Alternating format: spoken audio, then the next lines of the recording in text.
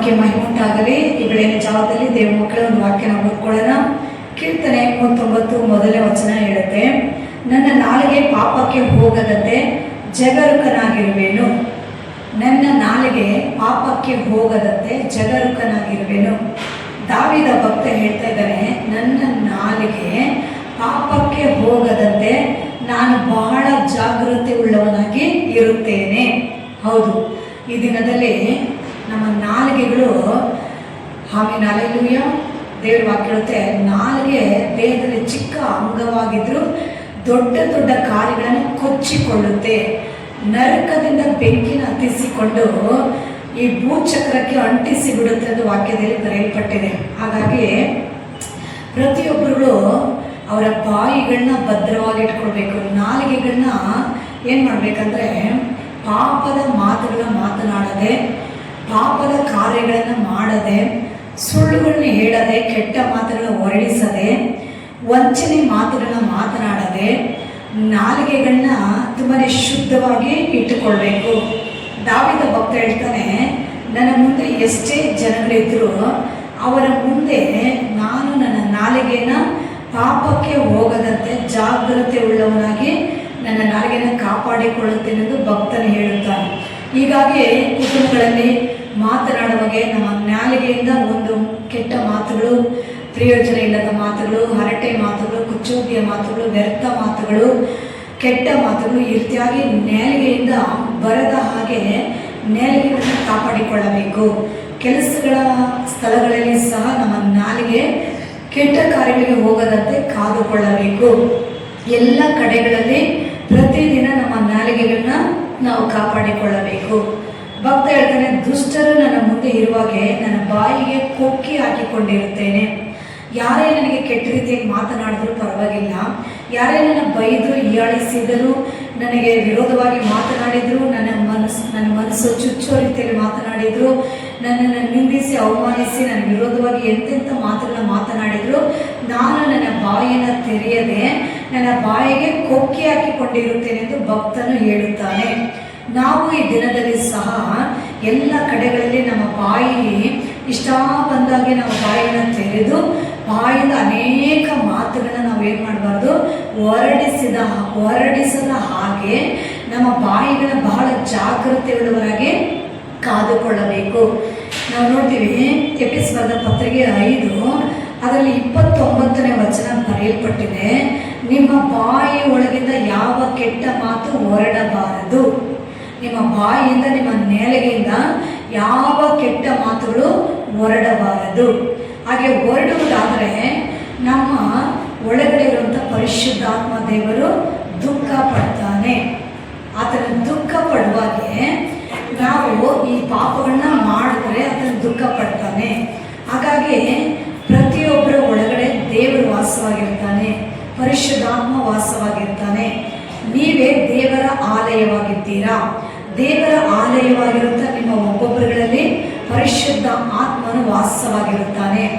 ಆಗ ಪವಿತ್ರಾತ್ಮನು ನಮ್ಮ ಹೃದಯದಲ್ಲಿ ದುಃಖ ಪಡದ ಹಾಗೆ, ಆತನ ವ್ಯಥೆಗೊಳ್ಳದ ಹಾಗೆ, ಆತನ ಕೋಪಗೊಳ್ಳದ ಹಾಗೆ, ಆತನನ್ನು ಬಿಟ್ಟು ಹೋಗದಾಗೆ ನಮ್ಮ ನಾಲಿಗೆಗಳನ್ನ ನಾವು ಬಹಳ ಜಾಗೃತಿಯುಳ್ಳವರಾಗಿ ಕಾದುಕೊಳ್ಳಬೇಕು.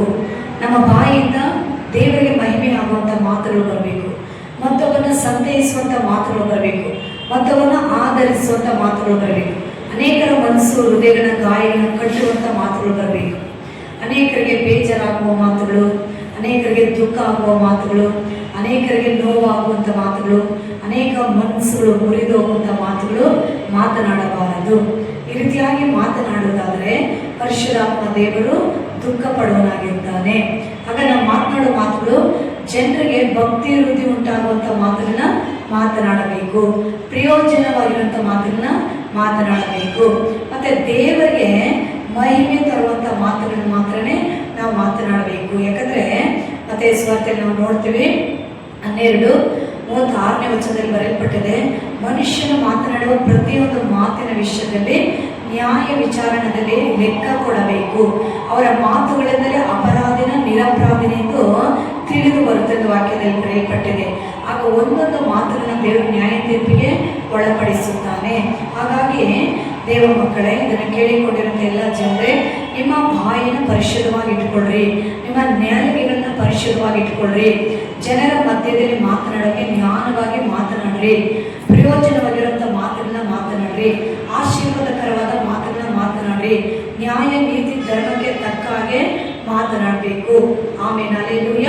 ಮತ್ತೆ ದೇವರ ಮಾತುಗಳನ್ನ ಅಧಿಕವಾಗಿ ನೀವು ಮಾತನಾಡಬೇಕು. ನಿಮ್ಮ ಬಾಯಿಂದ ದೇವರ ಸ್ತುತಿಸಬೇಕು, ಸ್ತೋತ್ರಗಳನ್ನ ಹೇಳಬೇಕು ಅಲ್ವಾ. ದೇವರು ಮಾಡಿರೋ ಸಾಕ್ಷಿ ಅದ್ಭುತಗಳನ್ನ ಸಾಕ್ಷಿಗಳಾಗಿ ಹೇಳಬೇಕು. ಮತ್ತೆ ಅನೇಕ ಸಮಯಗಳಲ್ಲಿ ದೇವರನ್ನ ನಾವು ಈ ನಾಲಿಗೆ ಬಾಯಿ ಮೂಲಕವಾಗಿ ದೇವರನ್ನ ಸ್ತುತಿಸಿ ಆರಾಧಿಸಿ ಮಹಿಮೆ ಪಡಿಸಿಕೊಂಡೆ ನಮ್ಮ ಬಾಯಿಗಳನ್ನ ಆ ರೀತಿಯಾಗಿ ನಾವು ಇಟ್ಟುಕೊಂಡ್ರೆ ಬಾಯಿಗಳು ಪರಿಶುದ್ಧವಾಗಿ ಇರುತ್ತೆ. ಹಲ್ಲೆಲೂಯ. ಅನೇಕ ಕಡೆ ದೇವರ ಬಗ್ಗೆ ಹೇಳಕ್ಕೆ ಹೋಗುವಾಗಲೂ ಜ್ಞಾನವಾಗಿ, ಪ್ರೀತಿಯಿಂದ, ಆದರಣೆಯಿಂದ, ಶಾಂತಿಯಿಂದ, ಸಮಾಧಾನದಿಂದ ದೇವರ ಬಗ್ಗೆ ಅನೇಕರಿಗೆ ಸಾಕ್ಷಿಗಳಾಗಿ ಹೇಳಿ ಅದ್ಭುತಗಳನ್ನ ದೇವರು ಮಾಡಿರೋದನ್ನೆಲ್ಲ ಹೇಳಿ ದೇವರನ್ನ ನಾವು ಮಹಿಮೆ ಪಡಿಸಬೇಕು. ಈ ರೀತಿಯಾಗಿ ನಮ್ಮ ಬಾಯಿಗೆ ಬಂದ ಹಾಗೆ ಮಾತನಾಡಬಾರ್ದು. ಬಾಯಿಗೆ ಬಂದ ಹಾಗೆ ಮಾತನಾಡುವುದಾದರೆ ಪರಿಶುದ್ಧಾತ್ಮ ದೇವರು ದುಃಖ ಪಡ್ತಾನೆ, ದೇವರು ಕೋಪಗೊಳ್ಳುತ್ತಾನೆ, ಅವರ ಶರೀರದಲ್ಲಿ ಅನೇಕ ರೋಗಗಳು ಬರುತ್ತೆ, ಶರೀರ ಬಲಹೀನವಾಗುತ್ತೆ, ಶರೀರ ಕೆಟ್ಟೋಗುತ್ತೆ. ಯಾಕಂದರೆ ನಾವು ದೇವರ ಆಲಯವಾಗಿದ್ದೀರಿ. ನಾವು ಆ ಕೆಟ್ಟ ಮಾತುಗಳ ಮೂಲಕವಾಗಿ ನಾವು ದೇವರ ಆಲಯವನ್ನು ಕೆಡಿಸಬಾರದು.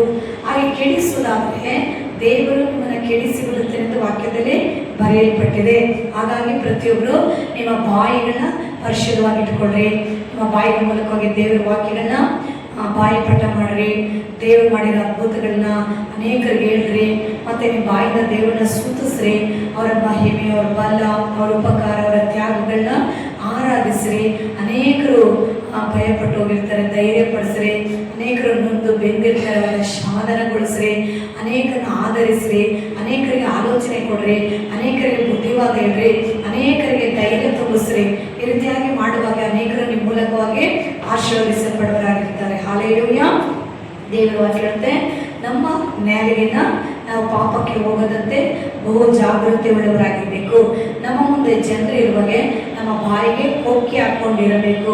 ಭಕ್ತ ಹೇಳ್ತಾನೆ, ನಾನು ಒಳ್ಳೆಯದನ್ನು ಸಹ ಮಾತಾಡದೆ ಮೌನವಾಗಿದ್ದೀನಿ.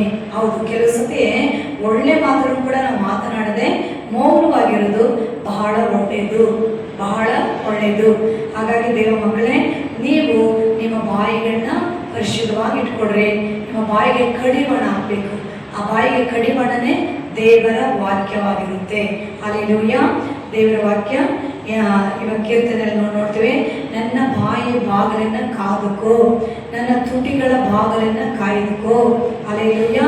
ಹೌದು, ಈ ತುಟಿಗಳು ಈ ಬಾಯಿಗೆ ಒಂದು ಬಾಗಿಲಾಗಿರುತ್ತೆ. ಹಾಗಾಗಿ ನಾವು ನಮ್ಮ ತುಟಿಗಳು, ನಮ್ಮ ನಾಲಿಗೆ, ನಮ್ಮ ಬಾಯಿನ ನಾವು ಭದ್ರವಾಗಿ ಇಟ್ಕೊಂಡು ಆ ಪ್ರಯೋಜನವಾಗಿರುವಂಥ ಕಾರ್ಯಗಳು ಮಾತ್ರ ಮಾತನಾಡೋಣ, ಮಹಿಮೆಗಳ ಮಾತುಗಳನ್ನ ಮಾತನಾಡೋಣ, ಜನಗಳಿಗೆ ಆಶೀರ್ವಾದಕರವಾದ ಮಾತುಗಳನ್ನ ಮಾತನಾಡೋಣ.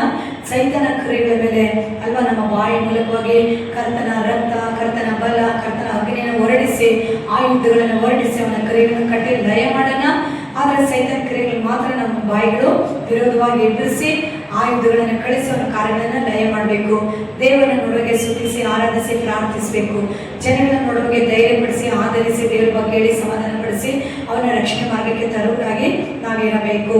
ದೇವರ ವಾಕ್ಯಗಳನ್ನ ಬಾಯಿ ಪಾಠ ಮಾಡಿ ದೇವರನ್ನ ಒಂದು ಕಡೆ ನಾವು ಆರಾಧಿಸಿ, ಮತ್ತೊಂದು ಕಡೆ ಹೋರಾಟ, ಶೋಧನೆ, ಕಷ್ಟಗಳು ಬರುವಾಗೆ ದೇವರ ವಾಕ್ಯ ಬಾಯಿ ಪಾಠವಾಗಿ ಮಾಡುವಾಗೆ ಅವುಗಳನ್ನು ಉಪಯೋಗಪಡಿಸುವಾಗೆ ನಮಗೆ ಎದುರಾಗಿ ಬಂದ ಶೋಧನೆ, ಹೋರಾಟಗಳು ಹಾಗೆ ಮಾಯವಾಗಿ ಮರೆಯಾಗಿ ಹೋಗೋದನ್ನು ನಾವು ನೋಡ್ಬೋದು. ದೇವರ ವಾಕ್ಯದಲ್ಲಿ ಜೀವವಿದೆ, ಬಲವಿದೆ.